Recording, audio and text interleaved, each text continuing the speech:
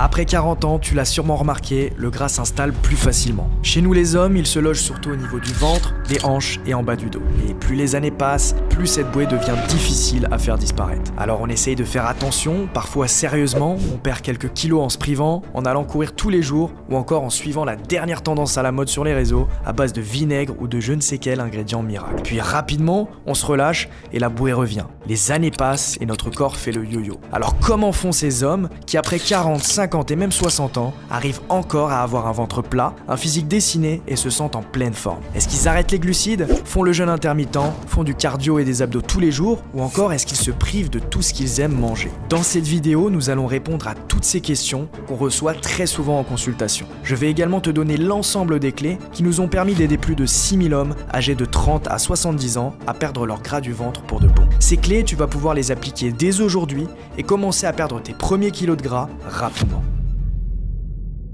Pourquoi ton corps stocke au niveau du ventre? Si tu veux perdre ton gras du ventre, tu dois d'abord comprendre pourquoi ton corps choisit précisément cet endroit pour le stocker. Parce que tant que tu ignores ce mécanisme, tu risques d'accumuler les efforts inutiles sans jamais obtenir les résultats que tu attends. Ton corps est le fruit de millions d'années d'évolution. À une époque où la nourriture était rare, il a été programmé pour maximiser tes chances de survie. Et pour survivre, il fallait être capable de stocker de l'énergie. Et la forme la plus efficace de stockage d'énergie, c'est le gras. Le ventre s'est imposé naturellement comme le meilleur endroit pour ça. Proche des organes vitaux pour leur fournir rapidement de l'énergie, protégé mécaniquement contre les chocs et idéalement placé pour maintenir ton équilibre et ta mobilité. On peut comparer ça à une voiture de course. Lorsqu'on conçoit ce type de voiture, la question du réservoir d'essence est cruciale. On pourrait le mettre à l'avant, à l'arrière ou en hauteur, mais chacun de ces emplacements créerait des problèmes. Perte d'équilibre, risque accru en cas de choc, accès plus lent à l'énergie pour les systèmes clés. C'est pour ça qu'on le place toujours au centre du châssis, protégé, stable et stratégiquement situé pour une alimentation rapide et efficace. Ton ventre fonctionne exactement sur cette logique. C'est une réserve d'énergie centrale, protégée et accessible rapidement pour les organes vitaux. Mais ce qui complique tout, c'est que ton corps ne veut pas toucher à cette réserve. Il la considère comme la plus précieuse et il fera tout pour aller chercher de l'énergie ailleurs avant d'y toucher. Ton corps protège cette réserve comme un coffre-fort. Il ira d'abord piocher ailleurs, dans les zones secondaires. Ton visage, tes bras, tes jambes. Résultat, tu vois ta tête s'affiner dans le miroir, tes épaules se dessiner, mais ton ventre, lui, ne bouge pas. Et si tu te demandes pourquoi, maintenant tu sais. Ce mécanisme de protection autrefois vital est devenu un véritable piège. Aujourd'hui, non seulement la nourriture est disponible partout, mais elle est aussi conçue pour stimuler artificiellement nos envies. Les industries agroalimentaires ont développé des produits ultra transformés, riches en sucre, en graisse et en additifs pour rendre leur consommation quasi irrésistible. Ton corps, lui, n'a pas évolué pour résister à cette surstimulation permanente. Il continue de stocker,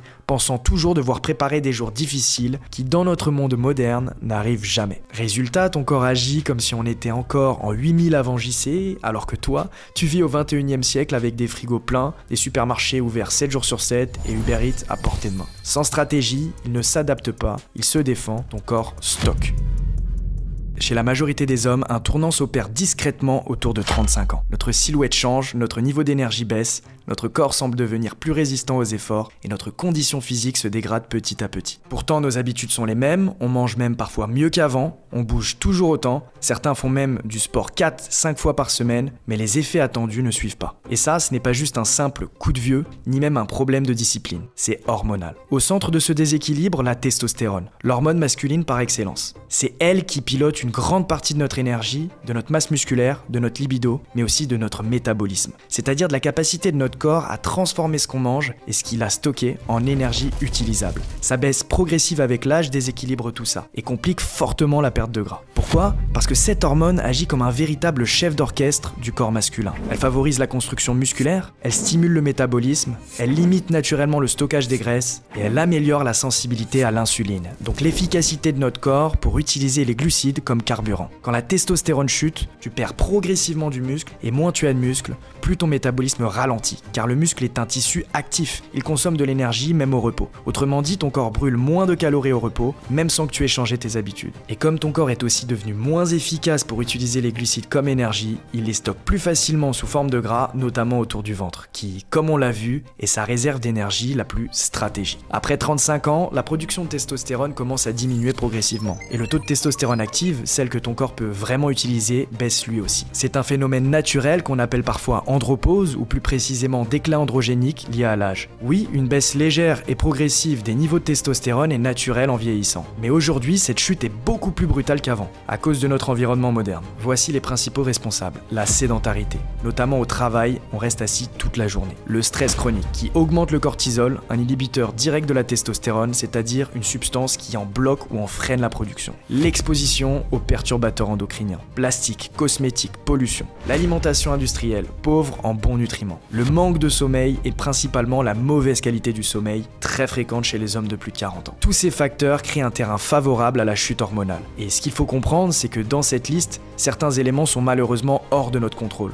mais d'autres dépendent directement de nous. C'est justement parce qu'une partie nous échappe qu'il est encore plus crucial d'agir sur ce qu'on peut maîtriser. Car tant que cette chute hormonale continue, elle favorise la prise de gras, la perte de muscles, la baisse d'énergie et donc ce sentiment de régression. Mais bonne nouvelle, ce n'est pas irréversible. Il est tout à fait possible de relancer naturellement ta production de testostérone. Et c'est là que tout se joue. Certains leviers, bien choisis, peuvent amorcer un vrai cercle vertueux en relançant naturellement ta testostérone, en transformant tous tes efforts en vrais résultats. Mais juste avant d'entrer dans le vif du sujet, je veux clarifier un point important avec toi. Ici, on parle uniquement de solutions naturelles. Pas de testostérone de synthèse, pas d'injection, pas de traitement médicamenteux aux effets secondaires risqués. Notre objectif, c'est de t'aider à relancer ta propre production hormonale en travaillant avec ton corps, pas contre lui. Et le premier levier qu'on va voir ensemble pour relancer ta testostérone, c'est le mouvement. Attention, dit comme ça peut paraître banal, mais c'est justement là que beaucoup se plantent. Parce que tous les types d'entraînement n'ont pas le même impact sur ta testostérone. Prenons un exemple simple et très courant. Courir tous les jours. C'est ce que font beaucoup d'hommes quand ils veulent perdre du poids. Ça semble logique. Tu transpires, tu te dépenses, donc tu brûles. Mais transpirer ne veut pas dire brûler du gras. La sueur, c'est juste une réaction de ton corps pour se refroidir, pas un indicateur d'efficacité. Ce n'est pas parce que tu sues abondamment que tu perds plus de graisse. Tu perds surtout de l'eau que tu vas rapidement récupérer dès que tu vas te réhydrater. Ce qui compte vraiment,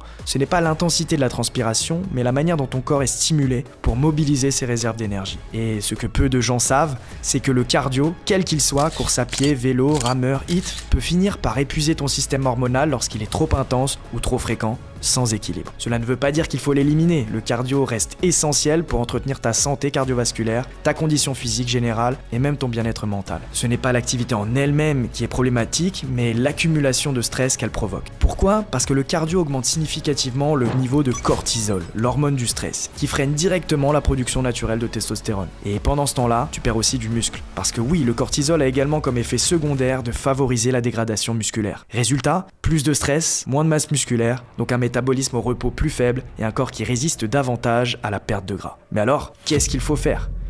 La musculation, à l'inverse du cardio, est bien moins stressante pour le système hormonal. Elle envoie un tout autre signal à ton corps. Elle stimule la production naturelle de testostérone en augmentant l'activité des signaux hormonaux impliqués dans la synthèse de la testostérone après un effort intense. Elle favorise l'hypertrophie musculaire, c'est-à-dire la croissance du muscle en réponse à l'effort. Et comme le muscle est un tissu très énergivore, du coup ton corps brûle davantage de calories au repos quand tu es plus musclé. Pas besoin de faire du bodybuilding et de préparer Mister Olympia. Des séances simples, bien structurées, courtes et intensives suffisent largement. Donc si tu veux relancer ta testostérone naturellement, priorise la musculation sur le cardio. Et pense entraînement intelligent, pas punition interminable. Et si tu peux faire les deux, cardio et musculation, c'est encore mieux, à condition de ne pas abuser du cardio. Mais si tu dois choisir pour perdre du gras efficacement, mieux vaut privilégier la musculation. Si tu ne sais pas par où commencer, vise 2 à 3 séances de musculation par semaine en te concentrant sur les mouvements polyarticulaires, comme les squats, les fentes, les pompes, les développés, les dips, les tractions assistées si besoin. Ces mouvements polyarticulaires mobilisent simultanément plusieurs groupes musculaires, ce qui les rend particulièrement efficaces pour stimuler ton corps et augmenter ta dépense énergétique au repos. Un vrai levier pour soutenir ta production de testostérone. Levier numéro 2, le sommeil. Beaucoup d'hommes le négligent et pourtant le sommeil est l'un des leviers les plus puissants pour relancer naturellement ta production de testostérone. Et après la musculation, le sommeil est notre second levier pour y parvenir. Pourquoi ? Parce que c'est pendant les phases de sommeil profond que ton corps va produire la majorité de sa testostérone. Donc si tu dors mal, pas assez ou de façon irrégulière, ta production hormonale est directement impactée. Et avec elle, ta capacité à perdre du gras, à récupérer, à construire du muscle et même à garder la motivation. Et ce n'est pas tout. Un mauvais sommeil augmente le cortisol.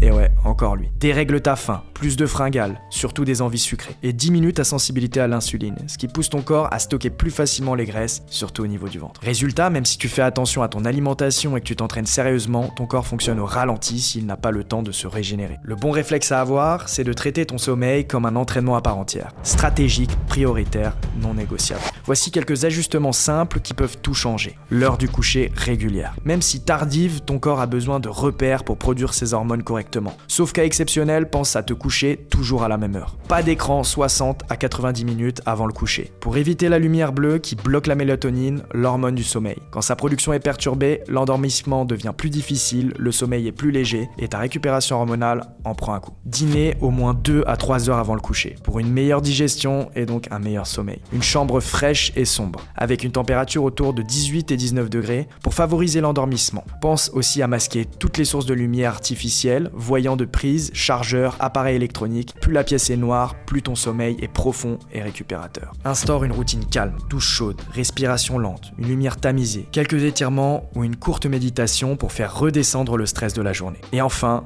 dormir nu. Optionnel mais fortement recommandé. À négocier avec madame bien sûr. Dormir sans vêtements permet à ton corps de mieux réguler sa température, ce qui favorise l'endormissement profond, et en maintenant une température idéale durant la nuit, tu soutiens aussi ta production naturelle de testostérone. Un bon sommeil est égal à une bonne production hormonale est égale à des efforts qui payent enfin. Maintenant que tu sais comment réactiver les fondations d'une bonne production hormonale, les efforts que tu vas mettre en place pourront enfin porter leurs fruits. Reste bien attentif parce que c'est maintenant qu'on va voir ensemble ce que tu dois manger et en quelle quantité pour perdre du gras. Si cette vidéo te plaît, pense à t'abonner et mettre un petit like, ça me permet de savoir que ce type de contenu te plaît pour les prochaines vidéos à venir. Tu as sûrement déjà entendu parler du déficit calorique. Cette idée qu'il faut consommer moins de calories que ce que ton corps dépense pour perdre du poids. Eh bien, c'est vrai. Sans déficit calorique, il n'y a pas de perte de gras. Peu importe ce que tu manges ou à quelle heure, si ton corps reçoit plus d'énergie qu'il n'en dépense, il stocke. Inversement, si tu lui donnes moins d'énergie qu'il n'en utilise, il va puiser dans ses réserves, et notamment dans les graisses, pour compenser. C'est ce qu'on appelle le déficit calorique. Ce déficit peut être créé de plusieurs façons. En mangeant moins, en augmentant tes dépenses, par l'activité physique ou le mouvement au quotidien, ou encore en améliorant la façon dont ton corps brûle de l'énergie au repos, comme on l'a vu précédemment. Ce qu'il faut retenir ici, c'est que le déficit peut venir de plusieurs sources. Ton alimentation, ton niveau d'activité ou ta capacité à brûler de l'énergie au repos. Peu importe comment il se crée, à partir du moment où ton corps consomme plus d'énergie qu'il n'en reçoit, c'est un déficit calorique. Exemple simple, si ton corps a besoin de 2500 calories par jour et que tu lui en donnes 2200, il lui manque 300 calories. Il va alors combler cet écart en puisant dans ses réserves. Si maintenant ton corps n'a plus besoin de 2500 calories mais de 2800 et que tu lui en donnes 2500, le déficit journalier sera le même, 300 calories. Soit on diminue l'apport, soit on augmente les dépenses. Mais attention, cette simplicité apparente pousse beaucoup d'hommes à faire des raccourcis dangereux. Ils se disent plus je coupe, plus je perds. Et c'est là que le piège commence. Car lorsqu'il est trop brutal, trop long ou mal structuré, le déficit calorique peut vite se retourner contre toi. Et parfois, les conséquences ne sont pas juste frustrantes, elles peuvent durablement dérégler ton corps. Lorsqu'il est trop fort ou mal structuré, un déficit calorique entraîne une perte de poids rapide, mais qui ne vient pas uniquement du gras. Une partie c'est de l'eau, une autre du muscle, et très peu vient réellement de la graisse profonde. Le corps, privé de carburant, se met alors en mode économie d'énergie. Il ralentit ton métabolisme, c'est-à-dire qu'il diminue la quantité d'énergie que ton corps consomme au repos. En clair, ton corps devient moins énergivore. Il brûle moins naturellement, même sans effort. Il augmente aussi ta faim, notamment en amplifiant les signaux hormonaux comme la gréline, hormone de la faim, ce qui rend les fringales plus fréquentes et plus intenses. Il perturbe tes hormones en réduisant ta production de testostérone et en augmentant ton cortisol. Résultat, tu brûles moins de gras, tu construis moins de muscles, tu récupères moins bien et dès que tu remanges normalement, ton corps stocke encore plus rapidement pour se protéger d'une future privation. C'est le fameux effet yo-yo. Tu perds, puis tu reprends. Et parfois, même plus qu'au départ. Un cercle vicieux que beaucoup connaissent, mais dont peu comprennent l'origine. Et pourtant, c'est exactement ce que la majorité des méthodes et régimes dissimulent derrière un ingrédient miracle, un protocole à la mode ou un nom accrocheur. Ils te vendent un concept révolutionnaire, mais en réalité te font simplement appliquer un déficit calorique trop fort, mal structuré, avec toutes les conséquences que l'on vient de voir. Pourquoi ? Pour que tu perdes rapidement du poids, surpoids et que tu penses que ça fonctionne. Très vite, ton corps se protège et se met à tourner au ralenti. Et le seul moyen pour continuer de perdre du poids, c'est de surenchérir en diminuant toujours plus les portions. Résultat, ça devient intenable. Et c'est souvent là que tu abandonnes, reprends tes anciennes habitudes et avec tout le poids que tu avais perdu. Ensuite, quelques mois ou années plus tard, déterminé à bloc et plein de bonnes résolutions, tu décides à nouveau d'agir pour perdre du gras et très souvent, qu'est-ce que tu fais? Tu te retournes vers ce qui avait marché pour toi.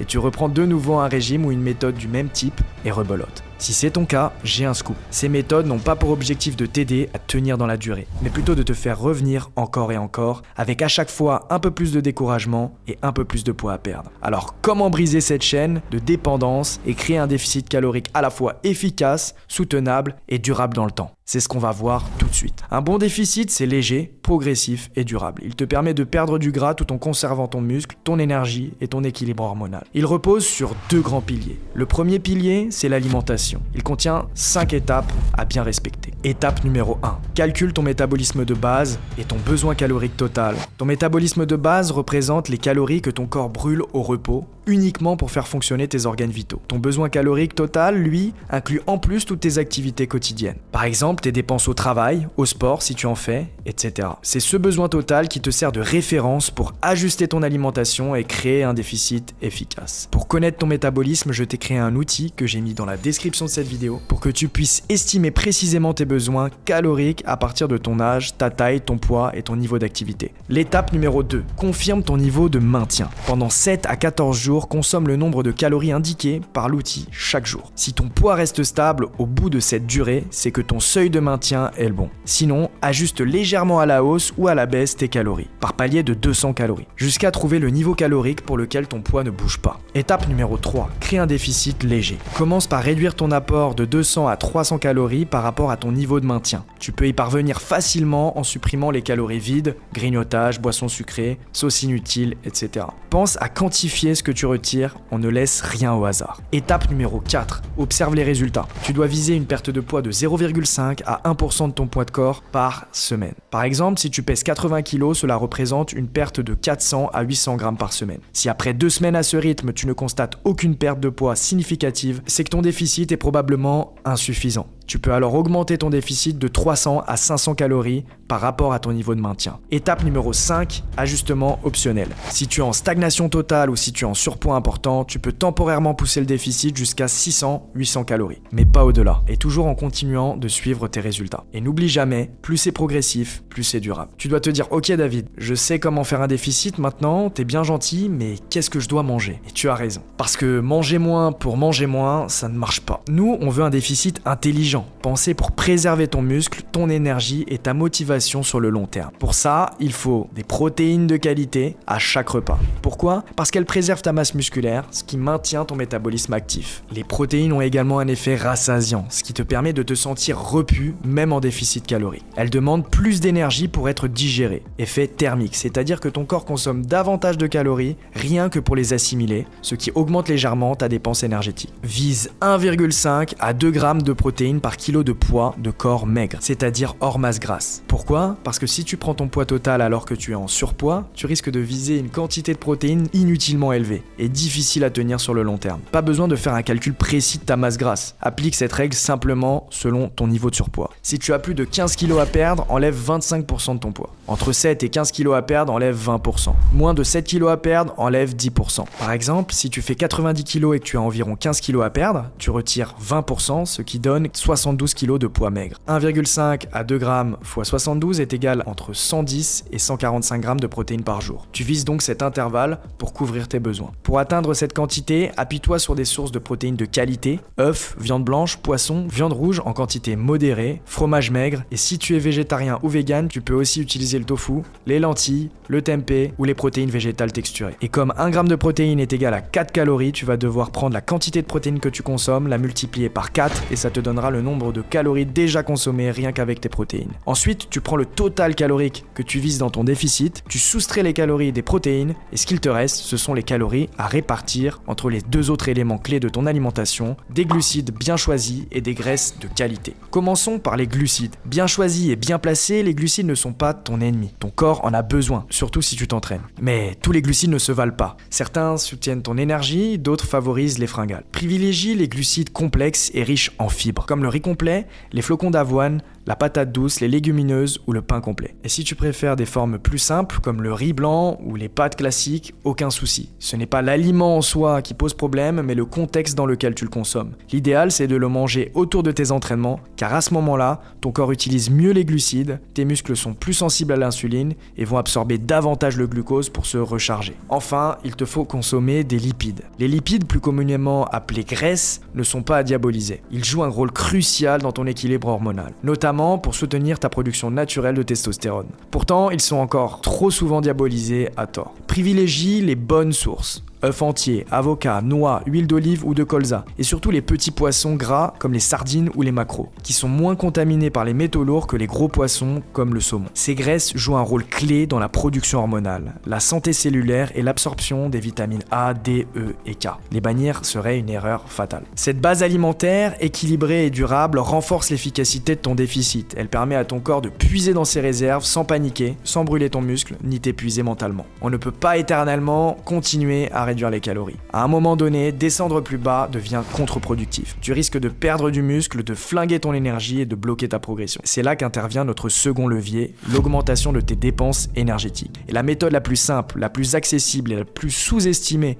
pour augmenter tes dépenses, c'est la marche quotidienne. La marche est une forme d'activité douce, sans stress excessif, que tu peux intégrer facilement tout au long de la journée. Elle ne mobilise pas massivement ton système nerveux, n'augmente pas ton taux de cortisol et a même un effet apaisant. Résultat, elle soutient ton métabolisme sans griller ta récupération ni flinguer ta testostérone. Commence par compter tes pas sur une journée type, sans rien changer. Puis cherche progressivement à augmenter ce total, 1000 pas de plus par semaine, jusqu'à atteindre un objectif raisonnable de 8000 à 10 000 pas par jour. Et pour y arriver facilement, voici quelques astuces concrètes. Passe tes appels en marchant au lieu de rester assis. Gare-toi un peu plus loin de ta destination, par exemple à l'autre bout du parking ou une rue plus loin de l'entrée. Privilégie les escaliers à l'ascenseur. Ajoute une petite marche digestive après les repas. Tous ces petits gestes s'additionnent et peuvent faire une vraie différence sur la durée. Deux hommes peuvent manger la même chose et pourtant obtenir des résultats très différents. Pourquoi ? Parce que l'un passe la journée assis pendant que l'autre bouge régulièrement. Ce surplus d'activité au quotidien, même léger, fait toute la différence sur le long terme. C'est lui qui permet à la balance de continuer de descendre sans effort supplémentaire à table.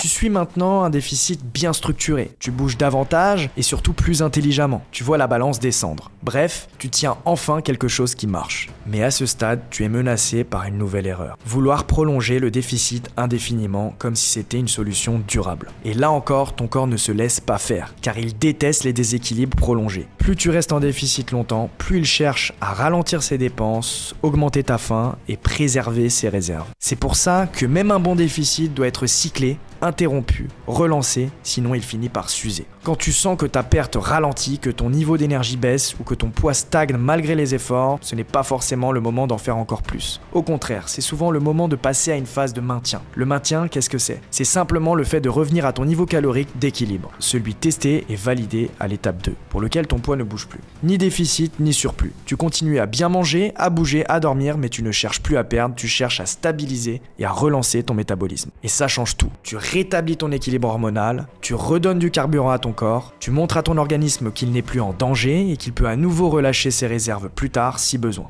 Combien de temps doit durer cette phase ? Tout dépend du niveau de fatigue et de la durée de ton déficit précédent. Mais en général, 1 à 2 semaines suffisent après une courte période de déficit. 3 à 4 semaines peuvent être nécessaires après plusieurs mois d'efforts ou une forte stagnation. Et bonne nouvelle, tu ne vas pas reprendre tout ce que tu as perdu. Si ton déficit a bien été mené et si tu manges toujours avec structure et cohérence, tu vas simplement régénérer ton système, pas regonfler ta bouée. Ensuite, tu peux relancer un nouveau cycle de déficit, cette fois avec un corps rechargé, une testostérone mieux stabilisée et un mental au top. Et c'est là que tu réalises la différence entre une vraie stratégie et un simple régime. Et après la perte de gras, qu'est-ce qu'on fait ? Tu as enfin atteint ton objectif. Perdre le gras du ventre, avoir un ventre plat, un physique dessiné, être plus énergique. Et maintenant, qu'est-ce que tu dois faire? Deux options s'offrent à toi. La première option, stabiliser tes résultats tout en gagnant en liberté. Tu peux rester comme tu es, même physique, même poids, mais tu veux pouvoir manger plus librement, te faire plaisir et garder ton nouveau corps sans te priver à vie. C'est totalement possible, à condition de rendre ton métabolisme plus performant, en maintenant un bon niveau de masse musculaire, en bougeant davantage au quotidien et en optimisant ton sommeil et ta récupération. La deuxième option, construire du muscle après avoir séché. Tu es sec, mais maintenant tu veux ajouter un peu de volume, de forme, te sentir plus solide et plus athlétique. Et c'est une excellente suite logique. C'est souvent là que la transformation devient la plus visible. Je t'ai justement préparé un guide complet pour te muscler après 40 ans, que tu peux retrouver juste ici. Le lien est également dans la description si tu es sur mobile. Tu y découvriras comment construire du muscle sans te flinguer les articulations,